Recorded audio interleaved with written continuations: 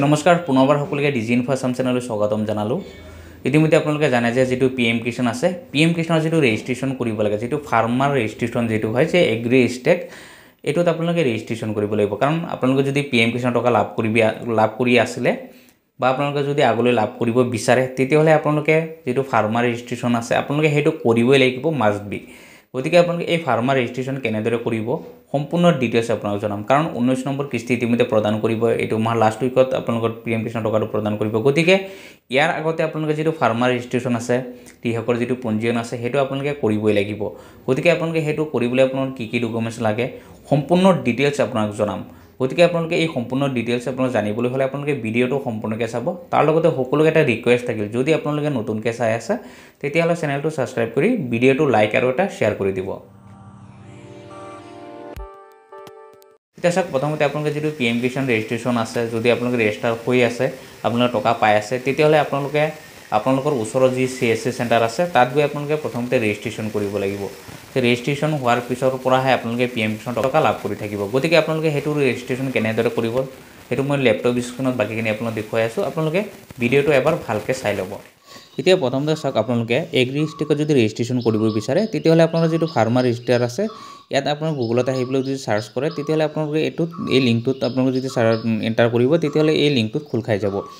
ইয়াৰ পৰা গৈ ডাইৰেক্ট আপোনালোকে ৰেজিষ্ট্ৰেশ্যন কৰিব পাৰিব। কাৰণ আপোনালোকৰ হাতত যেটো CSC আইডি আছে, আইডি পাছৱৰ্ড দি আপোনালোকে লগইন কৰি ল'ব। প্ৰথমতে লগইন কৰাৰ পিছত যেতিয়া আপোনালোকে আধাৰ নম্বৰ এণ্টাৰ কৰিব, আধাৰ নম্বৰ এণ্টাৰ কৰাৰ পিছত যদি হেতু আধাৰ নম্বৰ যদি পিএম কিষাণত ৰেজিষ্ট্ৰেশ্যন নাই, তেতিয়াহ'লে আপোনালোকে হেতু কেতিয়াও ৰেজিষ্ট্ৰেশ্যন কৰিব নোৱাৰে। কাৰণ ইয়াত অলৰেডি দেখুৱাই দিব you are not registered PM Kisan. গতিকে আপোনালোকে যিসকলে টকা লাভ কৰা নাই তেওঁলোকে ৰেজিষ্ট্ৰেশ্যন কৰিব নোৱাৰে, আৰু যিসকলে টকা লাভ কৰিছে তেওঁলোককহে আপোনালোকে ইয়াত ৰেজিষ্ট্ৰেশ্যন কৰিব পাৰিব।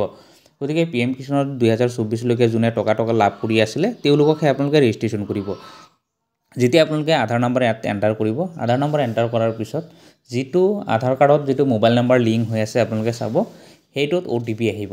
আপোনালোকে সেইটোৰ OTPটো আপোনালোকে লৈ পেলাই ইয়াত ভেৰিফাই কৰি দিব। যেতিয়া ভেৰিফাই কৰিব তেতিয়া চাব অটোমেটিকলি যেটো আধাৰ নম্বৰ দিছে সেইটো ইয়াত ভেৰিফাই হৈ যাব।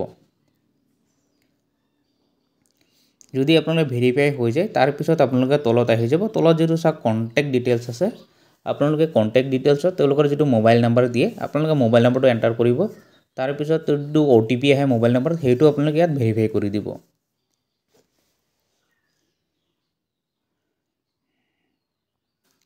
তাৰ পিছত চাওক যেটো ফাৰ্মাৰ ডিটেইলছ আছে, আপোনালোকে ফাৰ্মাৰ ডিটেইলছটোত আপোনালোকে ভৰাব লাগে। কিন্তু ইয়াত কি হয়, ফাৰ্মাৰ ডিটেইলছটো আধাৰ কাৰ্ডত যেটো আছে অটোমেটিকলি আহিছে, কিন্তু যেটো লোকেল লেংগুৱেজ বা আছামিছত লিখিব লাগে হেতু দেখুৱাৰ দৰে আপোনালোকে গুগলত গৈ আপোনালোকে ট্ৰান্সলেট কৰি পেলাই তাৰ পৰা কপি পেষ্ট কৰি দিব, হেতু কোনো প্ৰবলেম নহয়, আপোনালোকে হেতু হৈ যাব।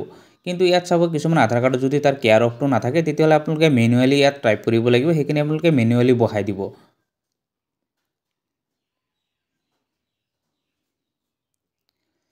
তাৰ পিছত চাওক যেটো ৰেচিডেন্সিয়েল ডিটেইলছ আছে, ৰেচিডেন্সিয়েল ডিটেইলছত চাওক যেটো ব্লেজটো লিখিব লাগে আছামিছত বা লোকেল লেংগুৱেজ। যদি আপোনালোকে ইয়াত লিখিব নোৱাৰে তেতিয়াহ'লে আপোনাৰ সেম আপোনালোকে সেই ট্ৰান্সলেট কৰি পেলাই আপোনালোকে গুগলৰ পৰা ট্ৰান্সলেট কৰি পেলাই ইয়াত আপোনালোকে কপি পেষ্ট কৰি দিব। কাৰণ ইয়াত চাব যদি আধাৰ কাৰ্ডত কিছুমানৰ প্ৰবলেম হয় যে তাত এড্ৰেছটো নাহে, যেতিয়া আপোনালোকে মেনুৱেলি বহাব লাগে বা বাকিখিনি অটোমেটিকলি আহি যায়, চবৰে চাব আধাৰ কাৰ্ডত অটোমেটিকলি আহি যাব। তাৰ পিছত চাওক যেটো ল্যান্ড ডিটেইলছ আছে, এতিয়া ল্যান্ড ডিটেইলছটো মাষ্ট বি আপোনালোকে হেতু ভালকৈ বহাব লাগিব। কাৰণ ল্যান্ড ডিটেইলছটো কি হৈছে, তে নিজৰ নামত মাটি থাকিবই লাগিব, তেও অনাৰ হ'ব লাগিব। যেতিয়া আপোনালোকে সকলোখিনি সিলেক্ট কৰিব, ব্লেজ সিলেক্ট কৰিলে, সিলেক্ট কৰাৰ পিছত যেটো সাৰ্ভে নাম্বাৰ আছে, আচলতে আপোনালোকে চাব সাৰ্ভে নাম্বাৰটো আপোনালোকে দাগ নম্বৰটো হতাই বহাব। কিন্তু ইয়াত যদি ভুল দাগ নম্বৰ বহাই বা বেলেগ কিবা দিয়ে তেতিয়াহ'লে তেওঁলোকৰ নাম নাহে। কাৰণ যেটো দাগ নম্বৰ বা আপোনালোকে যেটো পাৰ্ট নম্বৰ বহাব তেওঁলোকৰ যদি নাম ইয়াত নাথাকে তেতিয়াহ'লে আপোনালোকে ইয়াত কেতিয়াও সেভ কৰিব নোৱাৰে।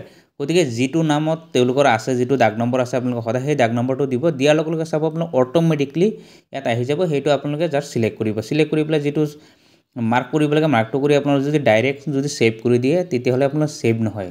কাৰণ আপোনাৰ যেটো ল্যান্ড ডিটেইলছ আছে আপোনালোকে ওপৰত ল্যান্ড ডিটেইলছটোত আপোনালোকে যদি অল ভেৰিফাই লিখা আছে আপোনালোকে চাব ভেৰিফাই অল ল্যান্ড আপোনালোকে এইটোত ক্লিক কৰি দিব। তেতিয়াহে আপোনালোকৰ ইয়াৰ মাটি যাৰ নামত মাটি আছে বা অনাৰজনৰ এইটো ভেৰিফাই হৈ যাব। ইয়াত আপোনালোকে এটা কথা মনত ৰাখিব, যিখিনি ৰেড মাৰ্ক বা ষ্টাৰ মাৰ্ক আছে আপোনালোকে সেইখিনিয়ে সিলেক্ট কৰিব। তাৰ পিছত চাওক যিখিনি মাৰ্ক দিব লাগে, টিক মাৰ্ক দিব লাগে, সেইখিনি দি পেলাই আপোনালোকে সেভ কৰি দিব। যেতিয়া সেভ কৰিব চাব ইয়াত আপোনালোকে যেটো আধাৰ নম্বৰ দিলে আধাৰ নম্বৰটো দি পেলাই আকৌ পুনৰ আপোনাৰ ই সাইন কৰি ল'ব। ই সাইন কৰিলে যেটো OTP আহিব OTPটো আপোনালোকে পুনৰ ভেৰিফাই কৰি দিব